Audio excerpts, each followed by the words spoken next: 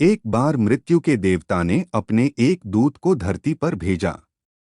एक स्त्री मर गई थी, उसकी आत्मा को लाना था। देवदूत गया, लेकिन वह वहां की स्थिति को देखकर दुविधा में पड़ गया। उसने देखा कि 3 छोटी छोटी बच्चियां उस स्त्री की लाश के पास पड़ी हुई है। एक अभी भी उस मृत्यु स्त्री के स्तन से लगी हुई है, दूसरी बिलख बिलख कर रो रही है और तीसरी रोते रोते सो गई है। उसके आंसू उसकी आंखों के पास ही सूख गए हैं। 3 छोटी जुड़वा बच्ची है, मां मर चुकी है, परिवार में और कोई है नहीं, पिता पहले ही मर चुका है। इनका क्या होगा, कौन संभालेगा? यह सोचकर देवदत्त को बहुत दुख हुआ, इसलिए वह खाली हाथ ही वापस लौट दिया और अपने प्रधान से जाकर बोला, मैं उस स्त्री की आत्मा को ना ला सका, मुझे क्षमा करें। लेकिन आपको स्थिति का ज्ञान नहीं है, मेरे जगह आप होते तो शायद आप भी यही करते। उसे स्त्री की 3 छोटी छोटी जुड़वा बच्चियों हैं, एक अभी भी उसके स्तन से लगी हुई है, दूसरी रोते रोते सो गई है और तीसरी चीख चीख कर रो रही है। परिवार में उन्हें संभालने वाला और कोई नहीं है। ऐसी स्थिति को देखकर मेरा दिल उस स्त्री को ना ला सका। क्या ऐसा नहीं हो सकता कि उसे स्त्री को कुछ समय और दे दिया जाए ताकि बच्चियों थोड़ी और बड़ी हो जाएं? यह सब सुनकर मृत्यु का देवता जोर से हंसे और बोले, तो तू ज्यादा समझदार हो गया है उस परमात्मा से भी, जिसकी मर्जी से जीवन मिलता है और जिसकी मर्जी से मृत्यु। तूने पाप तो बहुत बड़ा किया है और इसकी तुझे सजा मिलेगी, और सजा यह है कि तुझे पृथ्वी पर फेंक दिया जाएगा और तू तब तक वापस नहीं आ सकता जब तक तू अपनी इस मूर्खता पर 3 बार हंस नहीं लेगा। दूत राजी हो गया इस सजा को पूरा करने के लिए। उसे पूरा भरोसा था कि सही तो मैं ही हूं, फिर हंसने का मौका ही क्यों आएगा।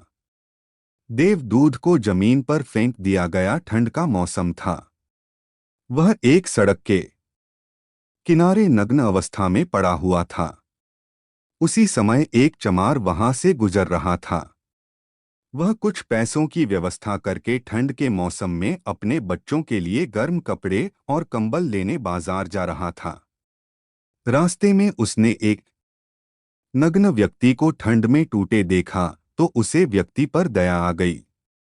उसने अपने बच्चों के लिए गर्म कपड़े और कंबल लेने की बजाय उसे नांगल देवदूत के लिए कपड़े और कंबल खरीद लिए। उस नग्न व्यक्ति ने कहा, मेरा कोई घर परिवार नहीं है और ना ही रहने की व्यवस्था है।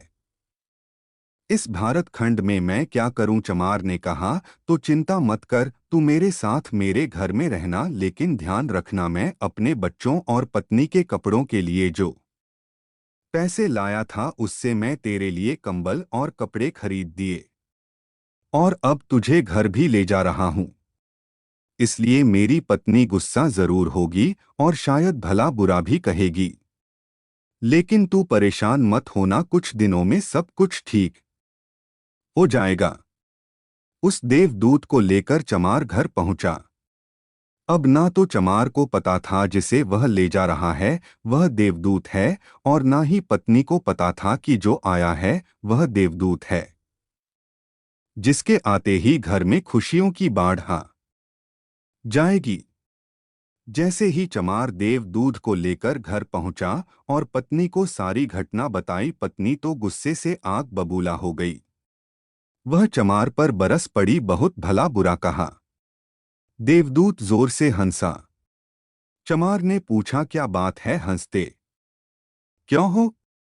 देवदूत ने कहा, मैं 3 बार हंस लूंगा तो हंसने का कारण भी बता दूंगा। उसे लगा कि चमार की पत्नी यह नहीं देख पा रही कि घर में देवदूत आया है, जिसके आते ही घर में हजारों खुशियों के द्वार खुल जाएंगे, लेकिन उसकी भी गलती ना थी।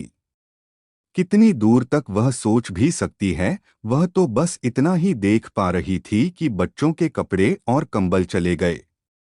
जो खो गया उसे तो वह देख पा रही थी, लेकिन जो मिला है उसे वह ना देख सके। यह पत्नी भी नहीं देख पा रही कि क्या घट रहा है, क्योंकि वह देवदूत था, इसलिए सिर्फ 10 ही दिनों में उसने चमार का सारा काम सीख लिया। वह जूते बनाने लगा और सिर्फ कुछ ही महीना में खूब पैसे कमा लिए, इतने भी कि चमार अमीर हो गया। साल भर में तो सारे देश में यह बात फैल गई कि उसके जैसे जूते कहीं और बनी नहीं सकती। राजाओं और सम्राटों के जूते अब उसके यहाँ बनने लगे थे। चमार के घर धन की बारिश हो गई, सब बहुत खुश थे और सब कुछ बहुत अच्छा चल रहा था।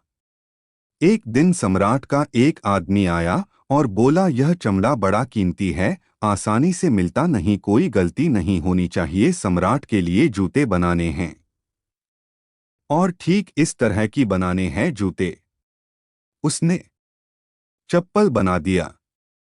उस राज्य में ऐसी प्रथा थी कि जब कोई व्यक्ति मर जाता था तो उसे चमड़े की चप्पल पहनकर चिता पर लेटाया जाता था। चमार ने भी देवदूत से कहा कि चप्पल मत बना देना, जूते ही बनाना, सम्राट का स्पष्ट आदेश है, और ध्यान रखना चमड़ा सिर्फ इतना ही है, कोई गलती मत करना वरना बड़ी मुसीबत में फंस सकते हैं। कहने के बाद भी उस चमड़े से चप्पल ही बने। जब चमार ने देखा कि देवदूत ने जूते की जगह चप्पल बनाई है तो वह आग बबूला हो गया। वह गुस्से में इतना पागल हो गया कि डंडा लेकर देवदूत को मारने दौड़ा। उसने कहा, उसे बार बार समझाया था जूते ही बनाना, लेकिन तूने चप्पल बना दी। अब सम्राट हमें छोड़ेगा नहीं, तू तो मरेगा ही, लेकिन साथ ही मुझे और मेरे परिवार को भी फांसी लग जाएगा। इतना सुनते ही देवदूत खिलखिलाकर हंस पड़ा। कोई पीछे से दौड़ता आया। सम्राट का आदमी आया और बोला, चप्पल ही बनाना, क्योंकि सम्राट की मौत हो गई है। इतना सुनते ही चमार के हाथ से डंडा छूटकर नीचे गिर पड़ा। उसने देवदूत के पैर पकड़ लिए और कहा, मुझे माफ कर दो, मैंने तुम्हें मारा, मुझसे बहुत बड़ी भूल हो गई। देवदूत ने कहा, कोई बात नहीं, मैं अपनी सजा भुगत रहा हूं। चमार ने कहा, कौन सी सजा और तुम हंस क्यों रहे हो? देवदूत ने कहा, जब 3 बार हंस लूंगा तो सब कुछ बता दूंगा। भविष्य अज्ञात है और शिवाय उस परमात्मा की किसी को नहीं पता कि आगे क्या होगा। और इंसान तो वैसे भी अपने अतीत के अनुभवों के अनुसार निर्णय लेता है। सम्राट जिंदा था तो जूते चाहिए थे और मर गया तो चप्पल। दोबारा हंस, यह सोचकर वह हंस पड़ा कि भविष्य हमें ज्ञात नहीं और हम आकांक्षाएं करते रहते हैं, अनुमान लगाते हैं, जो कि पूरी तरह व्यर्थ है। हम इच्छा करते हैं कि यह घटेगा, लेकिन वह कभी नहीं घटता, क्योंकि कुछ और ही घटना तय है। हमारी नीति बिना हमसे पूछे चलती है, लेकिन हम जिंदगी का आयोजन करते हैं। तो देवदूत को लगा कि मुझे क्या पता कि उन लड़कियों का भविष्य क्या होगा। मैं बेवजह ही बीच में पड़ा, यही सब सोकर अपने मूर्खता पर आज 2 बार खिलखिलाकर हंस रहा था। इसी प्रकार कुछ वर्षों बाद एक तीसरी घटना घटी। देवदूत जूते बना रहा था, तभी वहां 3 जवान लड़कियां एक बूढ़ी औरत के साथ आई। उन तीनों की शादी होने वाली थी, तो अपने लिए जूते का नाप देने आई थी।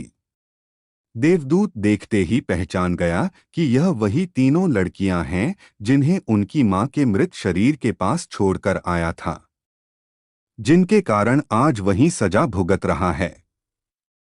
वह तीनों देखने में स्वस्थ थी, सुंदर थी और उन्हें देखकर लग रहा था जैसे वह किसी बड़े घराने में पली बड़ी हो। उनसे पूछा, तुम्हारे साथ यह बूढ़ी औरत कौन है?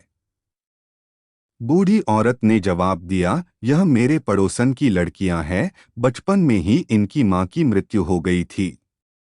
बेचारी बहुत गरीब थी, उसके पास खाने को भी ना था, उसके स्तनों में इनको पिलाने के लिए दूध भी नहीं था। वह इन्हें दूध पिलाते पिलाते ही मर गई। मेरी कोई संतान न थी, इसलिए मैंने अपने बच्चों के रूप में अपना लिया और अब इनका सम्राट के खानदान में विवाह होने जा रहा है। देवदूत सोचने लगा, अगर उनकी माँ जिंदा होती तो यह तीनों बच्चियों भयानक गरीबी में बड़ी होती मर गई, जिस वजह से इनका पालन पोषण अच्छे परिवार में हुआ और अब इस बूढ़ी औरत की सारी धन दौलत की यही तीनों मालकिन हैं। उस दिन अपनी मूर्खता पर तीसरी बार हंसा। उसने उन तीनों लड़कियों के लिए बहुत सुंदर जूते बनाए। फिर देवदूत ने चमार से आकर सारी बात बताई कि यह तीन कारण थे, मेरे हंसने की मेरी गलती थी जिसकी मुझे सजा मिली। नीति सबसे बड़ी है और हम सिर्फ उतना ही देख पाते हैं जितना हम देख सकते हैं, और जो हम नहीं देख सकते वह बहुत बड़ा और विशाल है, और जो हम देख सकते हैं उससे हम उस बात का सटीक अंदाजा नहीं लगा सकते कि क्या घटित होने वाला है। अपनी मूर्खता पर 3 बार हंस चुका हूँ, मेरा दंड पूरा हुआ, इसलिए अब मैं चलता हूँ। और देवदूत वहां से चला गया। दोस्तों, इस कहानी से सीखने वाली बात यह है कि आज घटी घटनाओं को देखकर हम इस बात का अनुमान नहीं लगा सकते कि यह घटना हमारे लिए अच्छी है या बुरी। इसका उत्तर तो भविष्य की गर्भ में छुपा है। इसलिए हर घटना पर अच्छी या बुरी की प्रतिक्रिया देना व्यर्थ है। हमें बस जो हो रहा है इसका साक्षी बनने का प्रयास करना चाहिए। गौतम बुद्ध भी अपने उपदेशों में यही कहते हैं कि ना तो अतीत के लिए पश्चाताप करो और ना ही भविष्य की चिंता, बस आज में जियो, इस पल में जियो और इसी के साथ एक हो जाओ। बस यही एकमात्र तरीका है खुद को उन सभी चिताओं से मुक्त रखने का जिनके परिणाम तुम्हारे बस में हैं ही नहीं।